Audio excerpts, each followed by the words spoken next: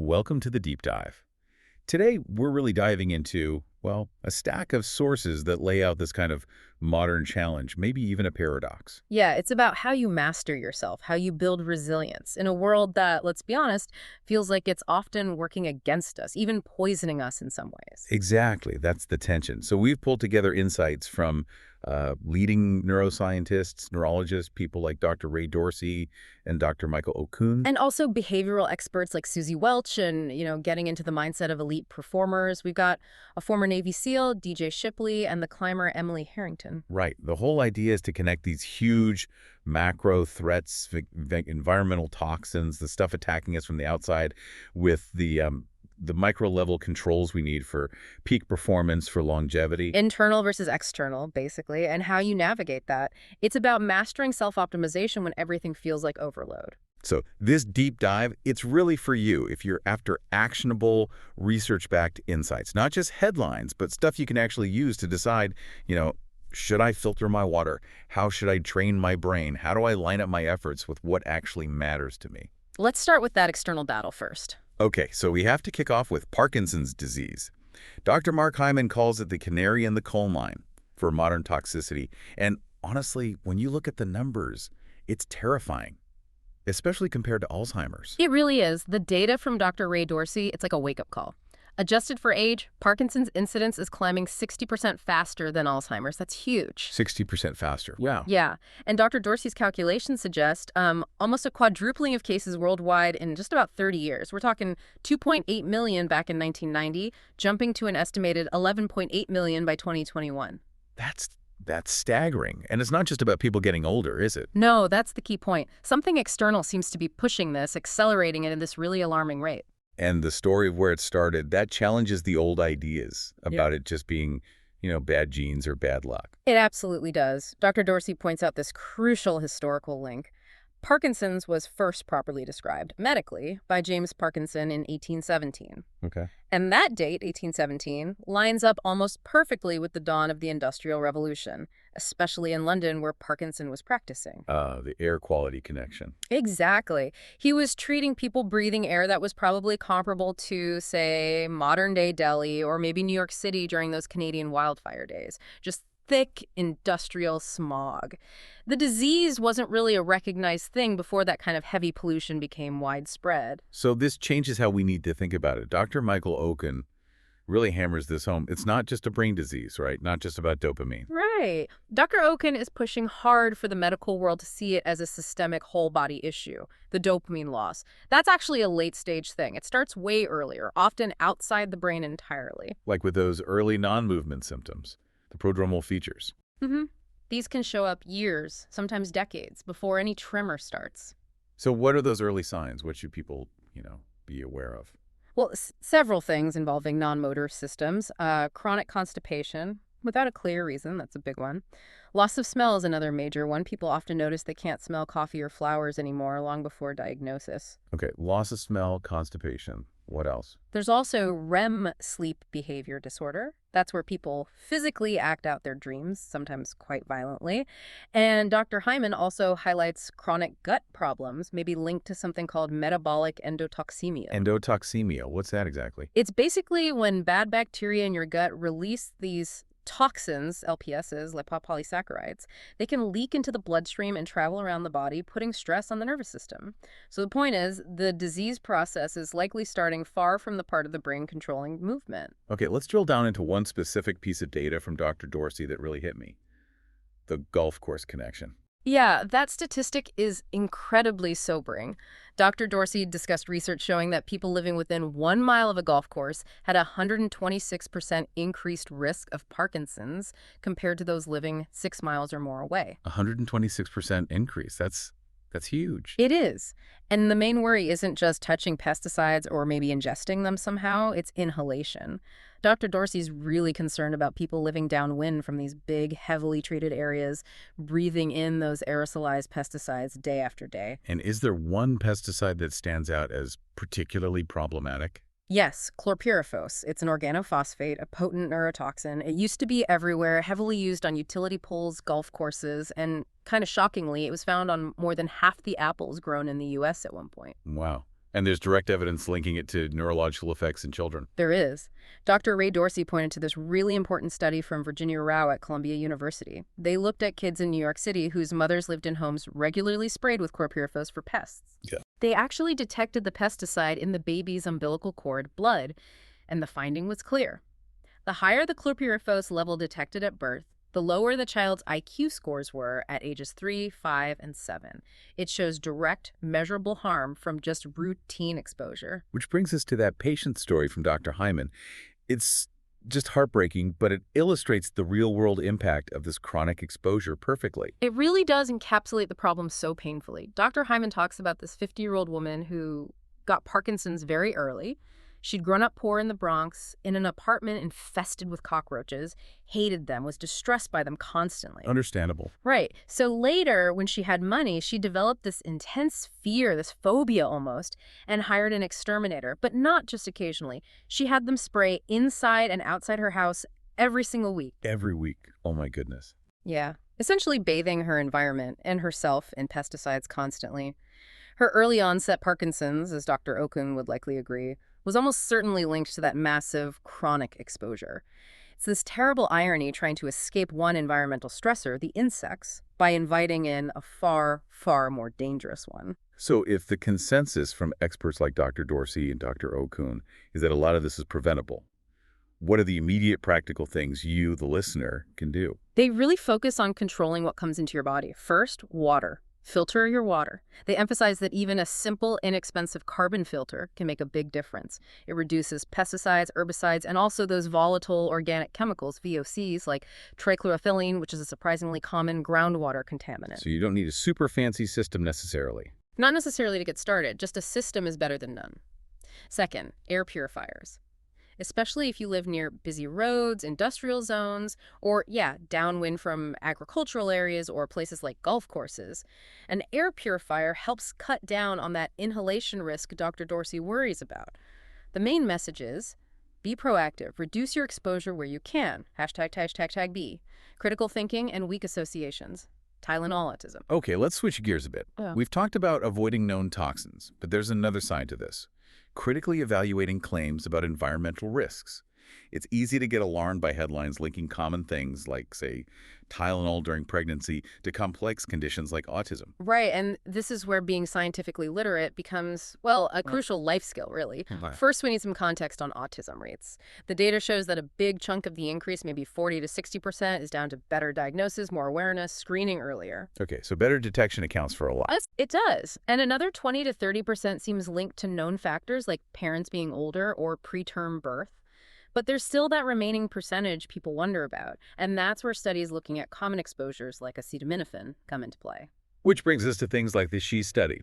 It found a correlation, right, between moms reporting Tylenol use during pregnancy and autism risk in their kids. But correlation isn't causation, especially if the link is weak. Exactly. And this is where we need to understand the numbers game in pharmaceutical epidemiology. When scientists assess drug risks, they look at the hazard ratio, the HR. There's an established threshold. An HR of 1.5 is considered the minimum for even a weak association. That's the point where you say, okay, maybe there's something here worth investigating further. 1.5 for a weak link. Got it. So what did that Tylenol autism study actually find? What was the HR? The reported HR was 1.05. 1.05 compared to 1.5. Yeah. Think about that gap, 1.05 versus 1.5. It's not just slightly below the threshold. It's way, way below. If you're an epidemiologist looking at that, you'd likely dismiss it as statistical noise or, more likely, something driven by confounding factors, not a real reason for alarm about the drug itself. And is there a way scientists try to tease out whether these weak links are just coincidences? Yes, the sibling study design is really clever for this. Researchers look at families with multiple kids, full biological siblings who share genes and environment. They compare siblings where one was exposed to acetaminophen in the womb and the other wasn't. Okay, so comparing within the same family. Right. And when they did that, analyzing these discordant pairs, they found no significant difference in autism risk between the exposed and unexposed siblings. That really undermines the idea that Tylenol itself is the culprit. So why do these weak statistical links even show up in the first place then? Confounding variables. It's usually about a third factor that influences both things, the exposure and the outcome. For example, genetics plays a big role in how sensitive we are to pain or inflammation. Okay. So a mother might have a genetic predisposition that makes her more prone to needing pain relief. Maybe she takes acetaminophen more often during pregnancy. That same underlying genetic profile could also independently increase her child's risk for autism. Ah, so the genes are driving both the Tylenol use and the Yeah. autism risk, making it look like the Tylenol is the cause when it's not. Exactly. It's an indirect link, a correlation driven by something else entirely. So for you listening, constantly seeing these scary headlines, what's the bottom line here? Apply that 1.5 hazard ratio rule as a quick check. If the reported risk is way below that, be skeptical. And look for those sibling studies, they're often the best test. The actionable advice for your health. Talk to your doctor. Use the official FDA risk categories. Sometimes treating maternal fever or pain is really important for the mother's health, and that benefit usually far outweighs a potential risk, especially when the evidence for that risk is as weak as it is in the Tylenol autism case. Learning to navigate the information environment is just as critical as navigating the toxic one. Okay, so we've faced the external world, the toxins, the confusing information. Now let's pivot inward. How do we build up our internal defenses? Maximize our own systems. We'll start with the immune system. Right. And for this, we look at the work of Meagan Lindquist and this compound called AHCC. That stands for active hexose correlated compound. And Meagan Lindquist has a personal connection to this, doesn't she? She does. She talks about her relationship with AHCC almost like a love affair or an obsession that started when she was, in her words, at the rock bottom of my health hellhole. So it came from a place of real need, not just casual interest. Exactly. Which makes her perspective quite compelling. So what is AHCC? What does it do? It's a cultured extract, specifically from the mycelia, the root-like structures of Shiitake mushrooms. But it's not just, a general mushroom supplement. It seems to support both main branches of our immune system. Both branches. What are they? You've got the innate immune system. That's your first line of defense, the immediate non-specific response. Think of it like your body's patrol cops, heavily relying on cells like natural killer or NK cells. Then you have the adaptive immune system. This is more specific. It learns, it has memory, like your body's intelligence agency developing targeted responses. And AHCC supports both. Why is that significant? Because it seems to act like a true adaptogen. Meagan Lindquist explains it modulates the system. It doesn't just crank up your NK cells arbitrarily, which could potentially cause issues or inflammation sometimes. Instead, it helps balance things, improves the communication between the innate and adaptive parts, so your body can mount a more effective, measured response when it actually needs to fight something off. And the research behind it, especially for serious conditions, sounds pretty dramatic. Yeah, the clinical studies are definitely attention-grabbing. We looked at one specific human study run by Dr. Katsuaki Uno in Japan back between 1998 and 2000. Okay, what did they look at? It was a tough group, 195 patients, all with stage 4 cancer. They were given a fairly high dose, 6 grams of AHCC daily for 6 months. Researchers tracked tumor size and quality of life. And the results? They were pretty astounding. 114 people, that's over half the participants, saw their tumor size reduced by 50% or more. And get this, it happened within 4 weeks or less for many of them. 50% reduction in 4 weeks in stage 4 cancer. That's remarkable. It really suggests a powerful effect on the immune system's ability to target or respond to the cancer. And it's not just cancer, right? There's talk about AHCC and HPV. Correct. Human papillomavirus. Research indicates AHCC can help the body clear persistent HPV infections. Again, the idea is likely that by boosting the host's overall immune competence, the body gets better at recognizing and dealing with the virus. And Meagan Lindquist herself mentioned her own experience with general health. Yeah, she noted that taking just 2 capsules a day, she hadn't been significantly sick in about 2.5 years. So it seems to have benefits for just general immune resilience, too. And importantly, toxicity studies show it has a very high safety profile, even at much larger doses. So it definitely seems like a key component in this internal optimization toolkit. #tag maximizing brain health. Louisa Nicola. Okay, from boosting immunity, let's move to the control center, the brain. Neuroscientist Louisa Nicola offers this really clear, actionable plan for protecting brain health and, ideally, delaying neurodegenerative diseases. Louisa Nicola comes at this from a very proactive, almost athletic perspective on longevity. She talks about Alzheimer's, but makes this really critical point about the proteins involved, amyloid beta and tau. Right, the ones we always hear about. Yeah, but she supports the idea, which is gaining traction, that amyloid beta buildup might not be the root cause. It might actually be a response, the brain reacting to chronic stress, inflammation, maybe low-grade infections over time. A response, not the initial problem. That changes things. It does, and she points out this accumulation can start really young, maybe even age 25 or 30, which means if you want to prevent it, you can't wait until you're 60. Prevention needs to start much, much earlier. So what's her solution? It's not passive, is it? Yeah. She has this triple exercise mandate. Absolutely not passive. It's demanding, yes, but potentially incredibly effective. Pillar 1 is aerobic exercise. Her minimum prescription is 3 hours per week. Okay, 3 hours. What kind of intensity? Maintaining about 75% of your maximum heart rate. For most people, that's zone 3. You can talk, but not easily hold a full conversation. It's not sprinting, but it's a solid effort. And why that specific zone? It delivers major cardiovascular benefits, obviously, but crucially for the brain, it's been shown to increase gray matter volume and trigger the release of BDNF. BDNF, brain-derived neurotrophic factor. Let's unpack that. Why is BDNF so important? Think of it like fertilizer for your brain cells. BDNF helps existing neurons survive, and it encourages the growth of new neurons and connections synapses. So by consistently doing that zone 3 cardio, you're literally building a bigger, more connected, more resilient brain. Okay, so aerobic is pillar 1. What's pillar 2? Resistance training. Lifting weights, body weight exercises, that kind of thing. Minimum 2 to 3 sessions a week. And this isn't just about muscles for show. Not at all. Muscle contraction is a major signaling event in the body. When muscles work hard, they release these proteins called myokines. Myokines, okay. These myokines travel through your bloodstream, cross into the brain, and have neuroprotective effects. They help preserve those vital connections, the synapses, so your muscles are actually supporting your brain health directly. Fascinating. Muscles as cognitive support organs. Yeah. And the third pillar, this is where Louisa Nicola's neuroathletics concept really comes in, right? Neurocognitive training. Exactly. This is maybe the most novel part. It's about combining resistance training with a cognitive task at the same time. Like doing squats while doing math in your head. Precisely. Her example is counting down from 7 repeatedly while you're doing squats. The idea is to deliberately overload the whole system, the muscles, the nerves, the brain, forcing it to adapt to managing both physical and mental demands simultaneously. What's the benefit of that combined stress? It seems to enhance things like peripheral vision, reaction time, overall neuromuscular coordination, things that are really important for staying agile and preventing falls as we age.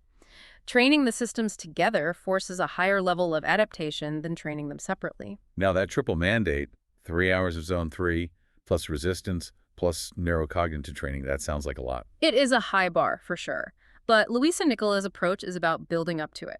Even starting with just one 20-minute zone 3 session is a win because you're still getting some of that BDNF release.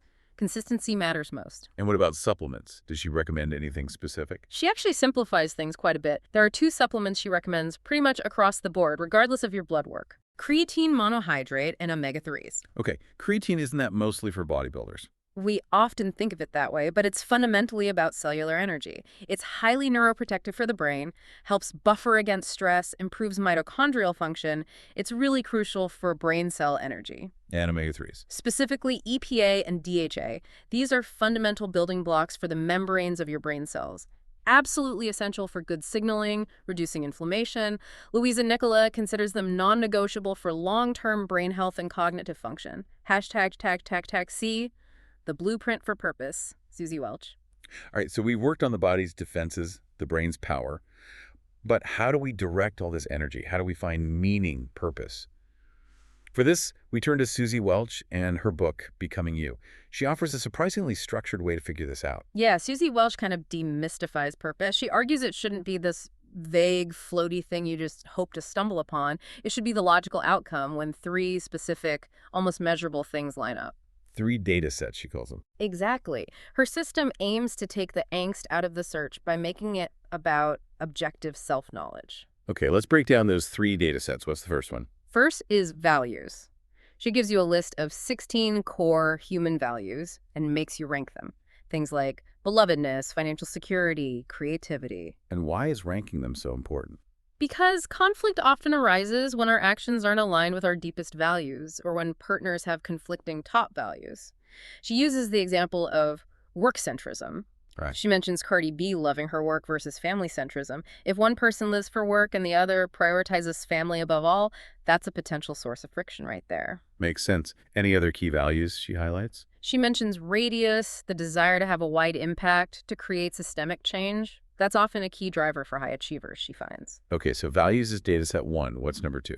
Aptitudes. These are your innate cognitive strengths, how your brain naturally works. She identifies 9 of them and argues they're pretty much set by the time you're about 15. Like being a big picture person versus detail-oriented. Exactly. Or a brainstormer versus someone who excels at process and execution. A specialist versus a generalist. Her point is, you need to know your natural operating system and build your career around it.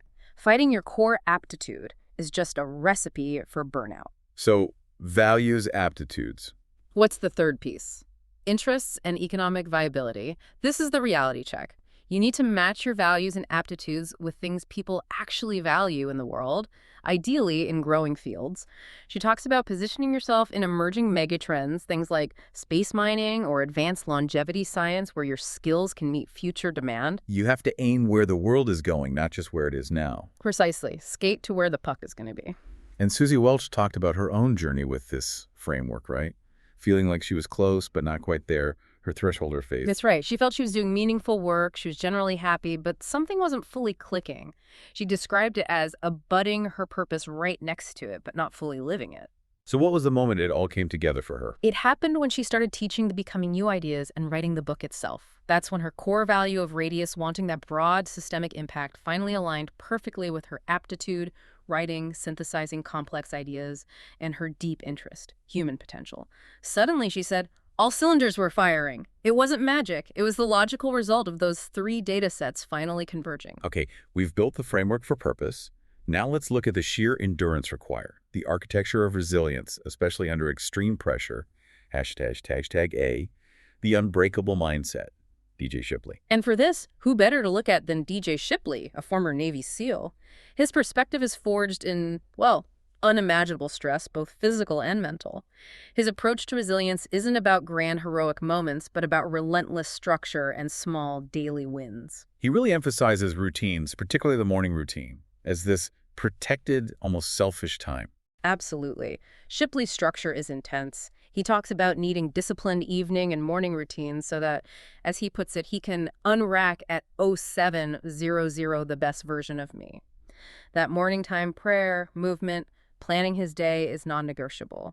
It's purely for self-optimization before the world starts throwing curveballs. If he loses the morning, the whole day feels off. And the physical price he paid for his service, his description is just brutal. It's a stark inventory, isn't it? Medically retired, facing surgeries on both hips, both shoulders, his back. At one point, he was on over 60 different prescriptions. Heavy stuff, narcotics, Cymbalta for nerve pain, Ambien for sleep. 60 prescriptions. Yeah. And he talks about getting to a point where the concepts of hurt versus injured just blurred together because, in his words, everything hurts. The job demanded pushing past those signals constantly, which just isn't sustainable long-term for the body. And the mental strategies needed for combat, like compartmentalization, they didn't necessarily translate well to civilian life, did they? No, and he's very honest about that cost.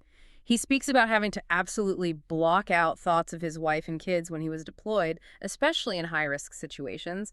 You simply can't afford that mental distraction when rounds are flying. A survival mechanism? Totally. But then back home, trying to reconnect, be a present husband and father, that same ability to shut off emotions becomes, as he says, not really a superpower anymore. It becomes a barrier. He shared a really intense story about his mentor, Matty Roberts, that seemed to define heroism for him. Yeah, it's a harrowing account. During a firefight, Shipley saw Roberts, who was like his guide, his true north, get shot at extremely close range by a machine gun. Saw his arm basically flipped around his shoulder. Oh my God. In that chaos, Shipley had to physically stick his fingers in the wound to try and stop the bleeding while they were still under fire. But then Roberts, despite this horrific injury, did something Shipley calls the most heroic thing he's ever seen. Roberts stood up and ran forward, towards the danger to help save their corpsman who was pinned down. Wow. Even after being hit like that. Exactly. For Shipley, that action embodied the true believer, someone so committed they'll go all the way right then, no matter the personal cost. Dealing with that level of trauma, the injuries, the medication dependency, how did DJ Shipley start to heal? He credits psychedelic therapy, facilitated through an organization called Veteran Solutions, as being absolutely pivotal. He specifically mentioned ibogaine. Ibogaine. Yeah, he said it almost instantly replaced deep-seated fear with a sense of empathy, and also 5-MeO-DMT, which he described as inducing a kind of ego-death experience. So not recreational use, but structured therapeutic use. Absolutely. He sees the medicine not as a magic wand, but as providing a crucial breath of fresh air, allowing him to finally step outside the cycle of trauma he'd been stuck in for so long, and the immediate effect was practical. He went home, sat down with his wife, and deleted 150 toxic phone contacts. It gave him clarity. And amidst all that intensity, what's the simple daily habit he swears by? The one anyone can do? The 20-minute walk. Rain or shine, no excuses. He calls it his basic, consistent micro-win. He even says it saved his marriage. And he ensures he gets it by actively avoiding conveniences like he'll deliberately walk the entire length of an airport terminal instead of using the moving walkways just to log that physical victory. #B. Overcoming fear and vulnerability. Emily Harrington.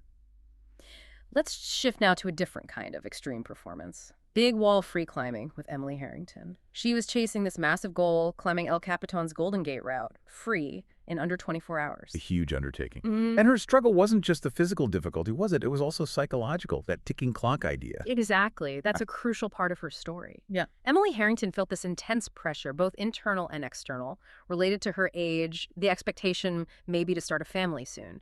This pressure led her into what she called a punishment mindset. A punishment mindset, what does that mean in climbing? Pushing herself relentlessly, ignoring fear signals, climbing out of a sense of obligation or proving something rather than joy or flow, trying to beat the clock, beat herself up the wall almost. And that mindset ultimately contributed to a really bad accident, didn't it? It did. On her third attempt at the Golden Gate goal, she took a terrible fall, about 50 feet, on a tricky slab section. She hit a ledge, flipped upside down, briefly lost consciousness. Terrifying. Totally. And she said when she came to, her confidence was just gone, erased.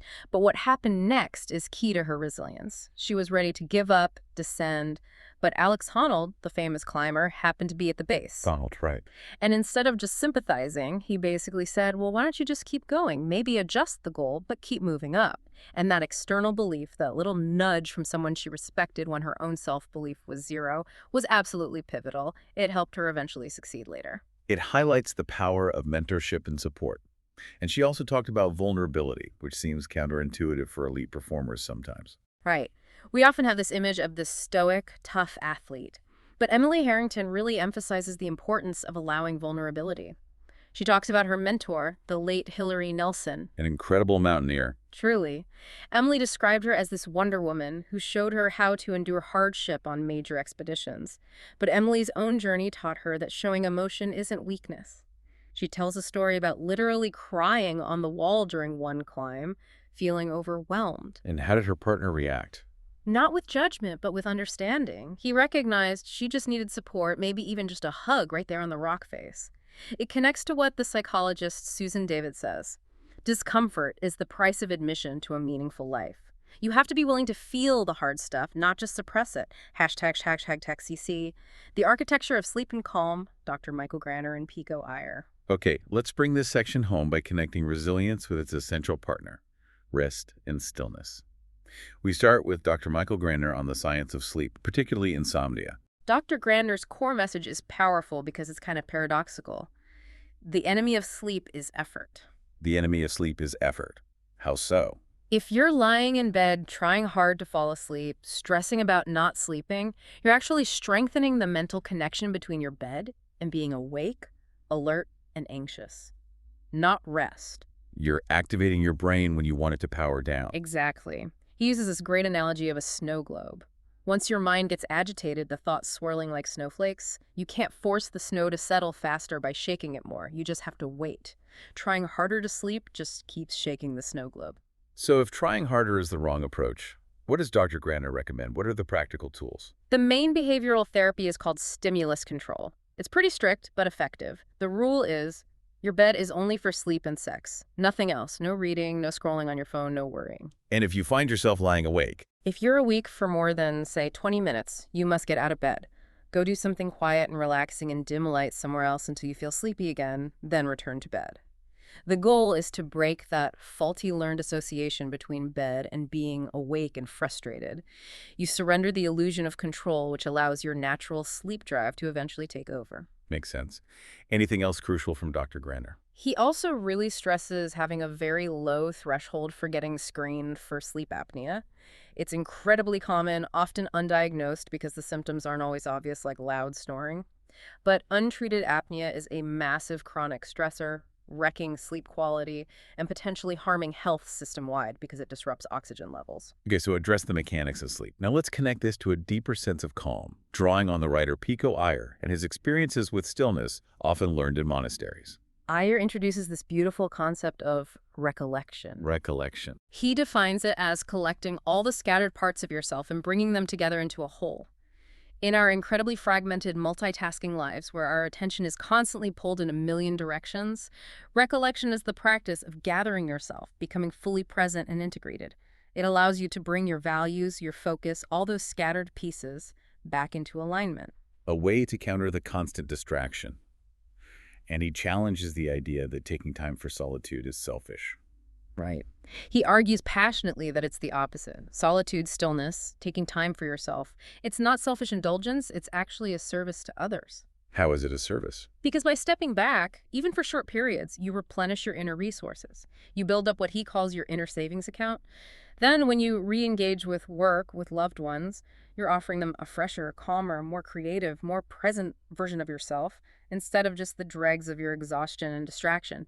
Even just 20 minutes of dedicated stillness a day, Iyer suggests, can radically improve the quality of the other 23 hours and 40 minutes. Wow, what a journey through these sources. We started with the environment, seeing how toxins like chlorpyrifos are genuinely implicated in major health crises like the Parkinson's epidemic, and the need to be critical consumers of information, understanding weak versus strong correlations. Yeah, the external threats are real. But then we saw the power of our internal tools. Meagan Lindquist showing us how AHCC can modulate immunity. Louisa Nicola laying out that demanding but effective exercise plan for brain health boosting BDNF, leveraging myokines, and Susie Welch giving us that structured approach to purpose through values and aptitudes. And the resilience piece, it wasn't just about gritting your teeth. It was DJ Shipley's reliance on micro-wins, like that non-negotiable 20-minute walk, and structured routines. And Emily Harrington showing how vulnerability and accepting support were key to overcoming failure. Structure, self-knowledge, clarity, but also, crucially, non-effort when it comes to things like sleep and finding inner calm. It seems like a paradox, doesn't it? It really does. Which leads us to our final provocative thought for you, the listener. Pico Iyer taught us that recollection is about bringing your scattered self together. Dr. Graner showed that the enemy of sleep, of peace, is often effort itself. So here's the question. If achieving great things in our demanding world requires structure, discipline, and intense effort, what specific structured routine do you need to build into your life, starting today, to deliberately carve out and protect time for non-effort? Time for that stillness, for recollection, for letting the snow globe settle. Think about that. How do you structure time for non-effort in an effort-driven world? Something to reflect on this week.